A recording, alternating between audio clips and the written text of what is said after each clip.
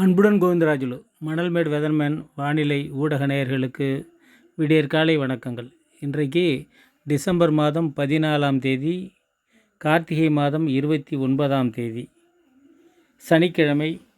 விடியற்காலை வணக்கங்கள். அதாவது இது வரைக்கும் நம்ம சேனலை சப்ஸ்கிரைப் பண்ணாமல் சப்ஸ்கிரைப் பண்ணிங்க, ஆலை எனேபிள் பெல் ஐக்கான் அழைத்து ஆலை எனேபிள் பண்ணிங்கன்னா தொடர்ந்து அறிக்கைகள் வரும். உறவினருக்கு நண்பர்கள் சொல்லி அவங்களையும் பார்க்க சொல்லுங்கள், சப்ஸ்கிரைப் பண்ண சொல்லுங்கள், லைக் பண்ண சொல்லுங்கள். ரைட்டு. அதிகாரப்பூர்வ வானிலை அறிக்கைக்கு இந்திய வானிலை அறிக்கையை பார்க்கவும். ரைட். இப்போ வந்து இன்வெஸ்ட் 91B அதுதான் இப்போ வரப்போகிறது. இனிமேல் வந்து ஜூம் இடத்துல சர்ச் பண்ணால் அதுதான் இன்றைக்கி சாயங்காலம் சொல்லிவிடுவாங்க உருவாச்சுன்னு சொல்லிட்டு. அதுக்கப்புறம் வந்து என்சாம்லாம் 91Bன்னு இருக்கும். டெல்டா கரையிறங்கும் நிகழ்ச்சி அது எந்த பக்கமாக வருதுங்கிறத பார்த்துட்ருக்கோம். குமரிக்கடல் காற்று சுழற்சியில் குமரிக்கடலில் ஒரு லோ ப்ரெஷர் ஒன்று இருக்குது.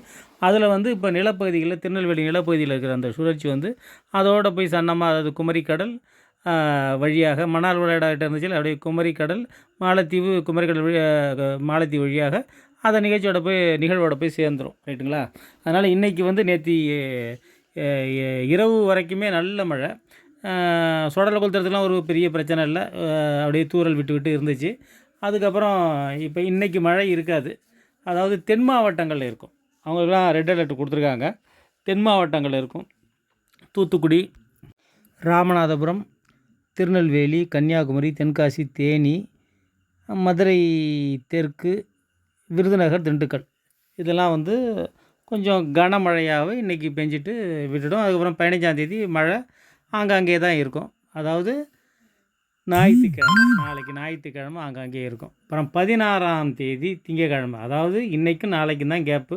16ஆம் தேதி பழையபடி அந்த 91B சொன்னல, அது வந்து கொஞ்சம் வேகமாகவே நகரும். இப்போ என்ன காரணம்னு கேட்டிங்கன்னா, தென் அரைக்கோளத்தில் பெரிய நிகழ்வுகள்லாம் ஒன்றும் இல்லை, எல்லாமே ஆஸ்திரேலியா போயிடுச்சு. அந்த சிடோங்கிற புயலும் இப்போ எட்ட போயிடுச்சு. தென் அரைக்கோள காற்று, நீராவி காற்று முழுமையாக எடுக்க போகுது. அதாவது வந்து ஒரு வலிமையாக அது கரை நெருங்க போகுது. எம்ஜிஓ இருந்துச்சுன்னா நிச்சயமாக புயல் தான் அப்படின்னு சொல்லிடலாம். எம்ஜிஓ இல்லை, ER வேவ்ஸ் மட்டும்தான் இருக்குது, கெல்வின் வேவ்ஸ் இல்லை. அப்படி இருந்தும் அது புயலாக மாறத்துக்கான வாய்ப்புகள் அதிகமாகவே தென்படுகிறது.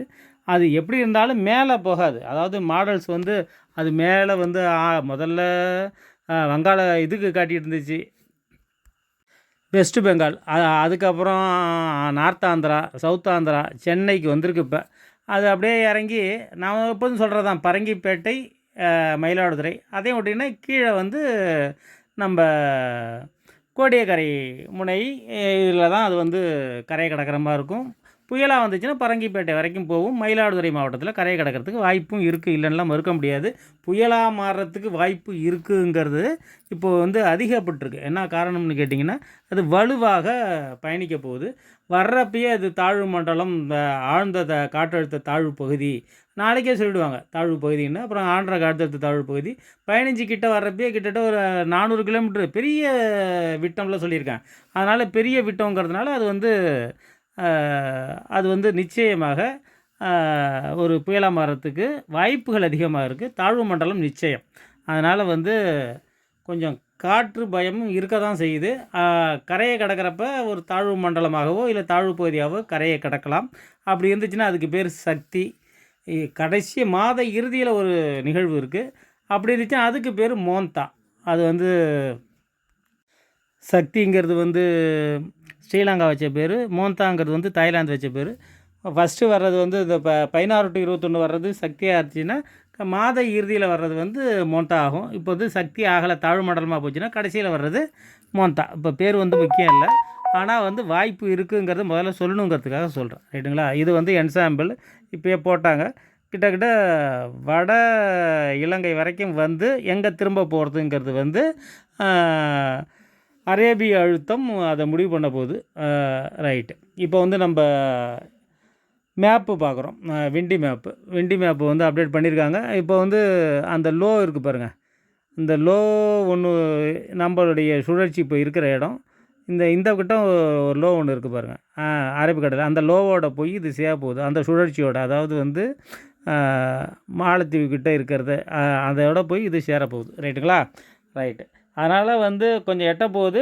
கொஞ்சம் புல்லிங் எஃபெக்டால் தென் மாவட்டங்கள்லையும் டெல்டா மாவட்டத்தில் ஆங்காங்கே மழை இருக்கலாம். இல்லை இன்னும் ஒன்றும் மறுக்க முடியாது. 15ஆந்தேதி கொஞ்சம் அதிகமாக இருக்காது, பெரிய இடைஞ்சல் இருக்காது. மழை இல்லை, இன்றைக்கி மழை இல்லை, நாளைக்கு மழை இல்லைன்னு சொல்லிட்டு உடனே வடிகால் வெட்டுறேன், அடுத்த வயலில் போய் வரப்பை வெட்டுறேன், அப்படிலாம் எதுவும் செய்ய வேணாம். ஏன்னா இந்த வாட்டி தப்பிக்கங்கிறது வந்து ரொம்ப கஷ்டம், ரொம்ப கஷ்டம். அதனால் என்னடா அது அவசரமாக பேசுகிறேன்னு நினைக்காதீங்க. ரொம்ப போய் மெனக்கட்டுக்கிட்டு ரொம்ப மனசு வெளியாகிடும். ஏன்னா எல்லாமே பயிர் சாய்ஞ்சிருக்கு. எனக்கெல்லாம் சுத்தமாக பயிர் இருக்கிற இடமே தெரியல, சுத்தமாக முழி போச்சு ரோடு. அடுத்த மழை இப்போ 16ஆந்தேதி பெய்ய ஆரம்பிச்சிச்சின்னா சுத்தமாக ரோடு கிராஸ் பண்ணி தண்ணி ஓடும். எங்கே பார்த்தாலும் அதுதான் நிலமைன்னு நினைக்கிறேன். கொஞ்சம் மேட்டுப்பாங்கான இடங்களில் எல்லாருக்கும் நிறைய பேருக்கு கதிர் மொழி போயிருக்குங்க. எவ்வளோ பெரிய கொடுமை. சரி, அதாவது வந்து இப்போ நம்ம இந்த விஷயங்கள் உங்களுக்கு தெரிஞ்சிருக்கு. 16 to 21 கடுமையான மழை. அதற்கான மேப்பு தான் இப்போ நம்ம பார்த்துக்கிட்டு இருக்கிற மேப்பு. அது வந்து நிச்சயமாக அது வந்து டெல்டா கரையோரங்களுக்கு வந்து கரையை கடக்க போகுது. கரையை கடந்து தென் மாவட்டங்கள் வழியாக அது வந்து போகும்போது திருப்பி தென் மாவட்டங்களில் வந்து வெள்ள பாதிப்பு இருக்கலாம். இனிமேல் பற்றாக்குறைனாங்களா, இனிமேல் வெள்ள பாதிப்பு இருக்கலாம். ரைட்டுங்களா? நேற்று மழை அளவுகளை நான் சொல்கிறேன் பாருங்களேன். அதாவது வந்து வானிலை ஆய்வு மையம் இன்னும் ஒரு தெளிவான இதுக்கு வரலையோ அப்படிங்கிற ஒரு சந்தேகம் எனக்கு இருக்குது. ஏன்னா ஆரஞ்சு அலர்ட்டு விடுறாங்க. ஆரஞ்சு அலர்ட்டு விட்டால் இப்போ வந்து திருநெல்வேலிக்கெலாம் வந்து ரெட் அலர்ட் கொடுத்துட்டாங்க.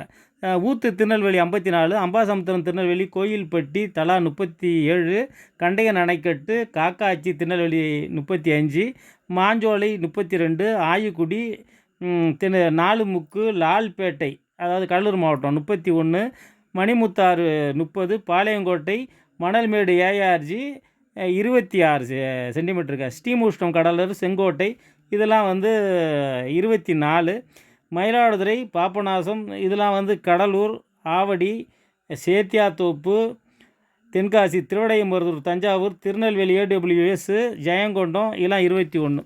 எதுக்கு சொல்கிறேன்னா 21க்கு மேலே மழை பெஞ்சிருக்கு. ஆரஞ்சு அலர்ட் விடுறாங்க. 21க்கு மேலே மழை பெஞ்சா 23 மேலே மழை பெஞ்சா என்ன பண்ணியிருக்கணும்? ரெட் அலர்ட் விட்டுருக்கணும். ஏன் இந்த மாதிரி வானிலை மையம் தடுமாறாங்க? ஏன் ரெட் அலர்ட் விட வேண்டியதானே? ரெட் அலர்ட் விட்டு மழை பெஞ்சா பெய்யாமல் போனால் போயிட்டு போகுது. ஏன் அவங்க ஆரஞ்சு அலர்ட் விட்டுட்டு ரெட் அலர்ட் மழை பெய்யுது? அது என்னத்தை சொல்கிறது? கலெக்டரும் என்ன பண்ணுறாங்கன்னு கேட்டிங்கன்னா, மாவட்ட ஆட்சியர்களும் பள்ளிகளுக்கு மட்டும் விடுமுறை. இவங்க வந்து ஹெசிடேட் பண்ணுறதை பார்த்துட்டு அவங்களும் இருக்காது போட்டிருக்கு. ஏன்னா அவங்க அதிகாரப்பூர்வ இது தானே சொல்லுவாங்க. அவங்களும் அந்த மாதிரி நினைக்கிறாங்க. இதெல்லாம் வந்து கொஞ்சம் மாறணும். நம்ம என்ன சொல்கிறது, கொஞ்சம் அதிகப்படியாகவே இருந்துச்சுன்னா சொல்லிவிடுங்க. அதனால் ஒன்றும் தப்புலாம் ஒன்றும் இல்லை. எல்லாமே தமிழ்நாட்டில் சராசரிக்கு அதிகமாக போயிடுச்சிங்க. 32% அதிகமாக போயிடுச்சு. 535 பேஞ்சிருக்கு. பெய்ய வேண்டிய மழை 404.4 தான் சராசரி. அதனால் 32% அதிகம். 2 இடம் தான் மைனஸில் இருக்குது. அந்த எந்த இடம்னு கேட்டிங்கன்னா, தூத்துக்குடி வந்து -14, விருதுநகர் வந்து -7, விழுப்புரம் வந்து 79% அதிகம். அப்படியே மயிலாடுதுறை 14 இருந்துச்சிங்களா, மயிலாடுதுறை வந்து 897 பெஞ்சிருக்கு. பெய்ய வேண்டிய இயல்பு மழை வந்து 778, 15% கூட பெஞ்சிருச்சு. 14% குறைச்சலாக இருந்தது, 15% கூட பெஞ்சிருச்சு. அதனால் இப்போ பார்க்குற பாருங்கள், அரியலூர் வந்து 29% கூட, செங்கல்பட்டு 6%, சென்னை 31%, கோயம்புத்தூர் 52, கடலூர் 22, தருமபுரி 63, திண்டுக்கல் 29, ஈரோடு 6, கள்ளக்குறிச்சி 53, காஞ்சிபுரம் 12, கன்னியாகுமரி 2, காரைக்கால் 49, கரூர் 29, கிருஷ்ணகிரி 85ங்க. கிருஷ்ணகிரியில் 85% மழை அதிகம். ஏன்னா 267 தான் அவங்க நார்மலாக மழை பெய்யாத இடம் வடகிழக்கு பருவமழை காலத்தில் அது மாதிரி பெஞ்சிருக்கு. அதனால் நாகப்பட்டினத்தில் வந்து 810 தான் பெய்ய வேண்டியது, 1086 பெஞ்சிருக்கு, 34% அதிகம். ரைட்டு, இதோடு நிற்க போகிறதில்ல. இந்த லிஸ்ட்டை நான் ஏன் சொல்கிறேன்னா, 2 இடம் தான் சராசரிக்கு குறைவாக பெஞ்சிருக்கு. ஒன்று தூத்துக்குடி -14, இன்னும் வந்து விருதுநகர் -7. இந்த மழைக்கே 16-17 வர்ற மழை இந்த தென் மாவட்டங்கள் வழியாக போச்சுன்னா என்ன ஆகும்? இது மயிலாடுதுறை கரை தான் சொல்கிறேன்னா, பரங்கிப்பேட்டைக்கிட்ட. ரைட்டு, இந்த மேப்பு நான் பார்க்காம தான் இப்போ நம்ம சொல்லிகிட்ருக்கேன். ஆக்சுவலாக அது வந்து நீங்கள் பார்க்குறவங்க பாருங்கள். அதை வந்து 4 மேப்பையுமே எடுத்திருப்பேன், அதை சொல்லிகிட்ருக்கேன். ஏன்னா இந்த விஷயங்கள் நம்ம அலசி ஆராய்ஞ்சணுங்கிறதுக்காக தான். ஏன்னா மழை வரப்போகுதுங்கிறது தெரிஞ்சு போச்சு. இதில் வந்து நிறைய ஹெசிடேட் பண்ணுறாங்க வானிலை மையத்து மேலே. அவங்க சொல்லிட்டாங்க, எங்களால் முடியாது, எங்களுக்கு அவ்வளோதான், எங்களுக்கு வந்து வானிலை வந்து அறிவியல் பூர்வமாக தரவுகள் வந்து எங்களுக்கு அவ்வளோதான் கிடைக்குது, எங்களால் அவ்வளோதான் சொல்ல முடியும் அப்படின்னு சொல்கிறாங்க. அது நம்மளால் மறுக்கவும் முடியல. ரைட்டு போச்சுங்களா. இப்போ வந்து கிட்டத்தட்ட என்ன சொல்கிறதுன்னா, ஒரு அளவுக்கு இனிமேல் வந்து தப்பிக்காது. 1, 2 இருக்கிறதும் பாழடிச்சிட்டு தான் போகும் போட்டுருக்கு இந்த மழை. இந்த வருஷம் விஷயம் கந்தாயம் அவ்வளோதான். அதில் எந்த விதமான சந்தேகமும் எனக்கு தெரியல. அதனால் வந்து வயலெல்லாம் போய் பார்க்கவே முடியலைங்க. அவ்வளோ கஷ்டமாக இருக்குது. அதெல்லாம் இடிஞ்சு போய் உட்காந்துருக்காங்க விவசாயிகள். அதாவது என்ன சொல்கிறது, இவ்வளோ மோசம். நான் வந்து ஓரளவுக்கு பாதிக்கும்னு நினச்சேன். இவ்வளோ பாதிக்கும்னு நான் நினைக்கல. இன்னும் இதோட சரி விட்டுச்சு ஏதாவது பண்ணுவோம் அப்படின்னு பார்த்தாலும் இனிமே வந்து அது வாய்ப்பு இல்லை. அதனால தான் சொல்கிறேன், இன்றைக்கி நாளைக்கும் மழை இல்லை, போய் அந்த வரப்பை வெட்டுமோ இந்த வரப்பை வெட்டுவோம் எதுவும் மெனக்கடாதீங்க. தானாக வடிகிறது வடியட்டும், இல்லாட்டினா விட்டுடுங்க. நடக்கிறது நடக்கட்டும். 10 நாள் கழிச்சு எதுனாலும் பார்ப்போம். ஏன்னா 16ஆம் தேதி மதியமே, திங்கக்கிழமை மதியமே, இன்றைக்கி வந்து சனிக்கிழமை, நாளைக்கு ஒரு நாள் ஞாயிற்றுக்கிழமை, அவ்வளோதான். திங்கக்கிழமை மதியமே மழை ஆரம்பிக்க போகுது. மழை ஆரம்பித்து என்ன பண்ணும், கடுமையான மழை பெய்ய போது 16, 17, 18, 19 நிச்சயமாக ரெட் அலர்ட் விட்டுருவாங்க. வேணால் பாருங்களேன், ரெட் அலர்ட் விட்டுருவாங்க. பள்ளி கல்லூரிகளுக்கு வந்து விடுமுறை வாய்ப்பு நிறையா இருக்குது. அதில் எந்த விதமான சந்தேகமும் கிடையாது. அதனால் ஏன்னா அங்கே ஃபுல்லாகவே தண்ணி ஏறி நிற்கும், என்ன பண்ண முடியும்? அதனால் ஒன்றுமே பண்ண முடியாது. நிவாரணம் அவங்களை அமைக்கிற மாதிரி ஆகிடும் டெல்டா மாவட்டங்களில்.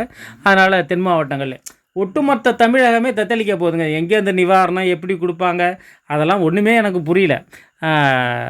அது வந்து எப்படி சொல்கிறதுனா, ஒரு பெரிய பேரிடராக இது அறிவிக்கப்படணும் அப்படிங்கிறதுல எந்த விதமான சந்தேகமும் இருக்காது. அவ்வளோ மோசமான இதோடு நிற்கலை. அடுத்தது 22, 23, 24 ஒரு சிறிய சுழற்சி ஒன்று வருது. அதை விட்டால் 24, 25, 26 இன்னொரு சுழற்சி. அதை விட்டால் மாத கடைசியில் வர்றது தான் பெரிய நிகழ்வு. அதாவது 2025 புது வருடம், நியூ இயர் வந்து மழையோடு தான். அதாவது ஒரு புயல் அடித்து ஓஞ்சிருக்கும், இல்லை புயல் அடிச்சுக்கிட்டு இருக்கும். 1ஆம் தேதி, ஜனவரி 1ஆம் தேதி. என்னடா வந்து இந்த மாதிரி சொல்கிறானேன்னு நினைக்காதீங்க. ஏன்னா இதுக்கு பேர் தான் ப்ரிடிக்ஷன். முன்னாடியே சொல்லணும். கிறிஸ்மஸுக்கெலாம் வந்து எப்படி இருக்கும் நீங்களே யோசனை பண்ணி பார்த்துங்களேன். 16, 17, 18, 19, 20, 21 மழை பெஞ்சு முடிஞ்சிச்சுன்னா கிறிஸ்மஸ் எப்படி இருக்கும்? ஒரு பெரிய கொண்டாட்டங்களுக்கெல்லாம் வாய்ப்பு இருக்குமாங்கிறது தெரியல. 25 மழை இருக்கும், ரைட்டுங்களா. அடுத்தது 26, 27 சின்ன ஒரு மழை.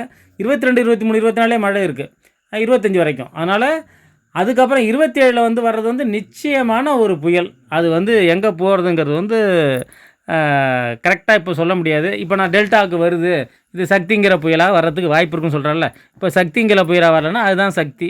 இது இப்போ வர்றது சக்தின்னு வந்துருச்சுன்னா 16ஆம் தேதி 16, 17, 18 அதுக்கு பேர் மோந்தா, ரைட்டுங்களா.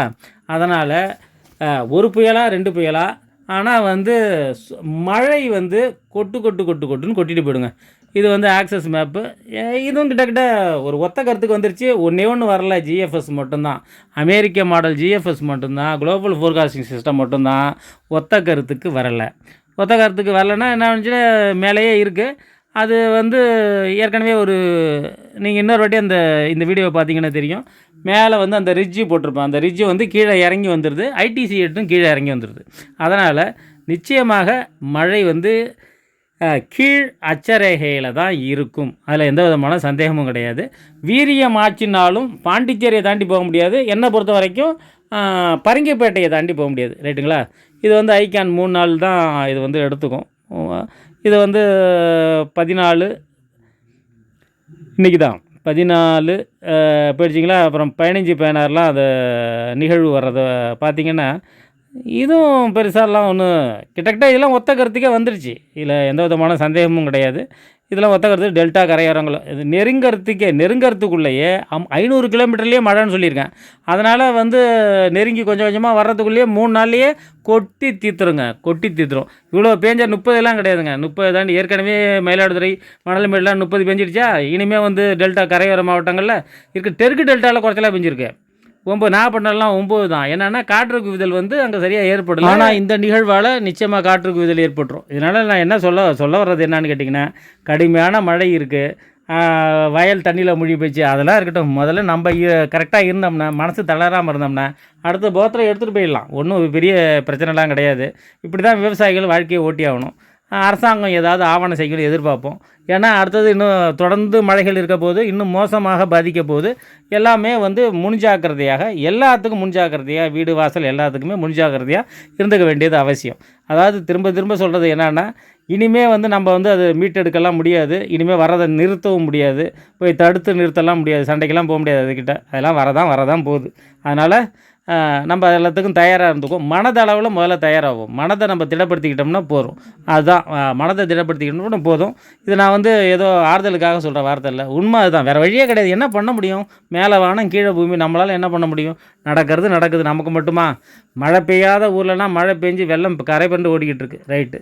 விஷயம் புரிஞ்சிருப்பீங்கன்னு நினைக்கிறேன். நன்றி, வணக்கம்.